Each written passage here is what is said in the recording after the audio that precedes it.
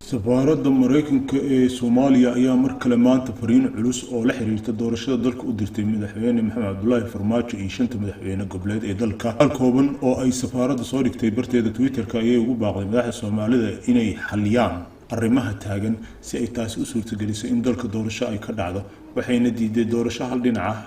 iyo doorashooyin isbarbar socda. waxaan ugu baaqaynaa Farmaajo, Siciid Deni, Axmed Madoobe, Qorqor, Cali Guudlaawe iyo lafta gareen inay xaliyaan arrimaha taagan si ay taasi u suurtageliso inay dalka ka dhacdo doorasho nabdoon oo shacabka Soomaaliyeed ay u qalmaan. Maya doorasho hal dhinac ah ama doorashooyin isbarbar socda ayaa lagu yiri qoraalka.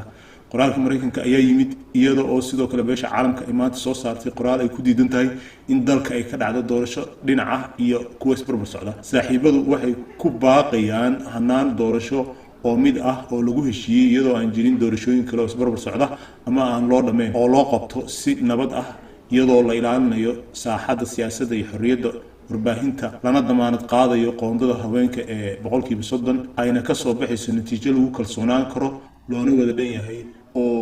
u adeegaysa danta qaran ayaa lagu yiri qoraalka. beesha caalamka ayaa sidoo kale sheegtay inay taageerayso inay shir isugu yimaadaan dhinacyada isku haya siyaasadda dalka. saaxiibada beesha caalamku waxay si buuxda u taageerayaan soo jeedinta ah in si degdeg ah loo qabto kulan dhexmara madaxda dowladda federaalka iyo dowlad goboleedyada xubnaha ka ah si loo xalliyo arrimaha hirgelinta doorashada ee harsan si horey loogu socdo qabashada doorashooyin lagu kalsoonaan karo oo loo wada dhan yahay ayaa lagu yiri qoraalka.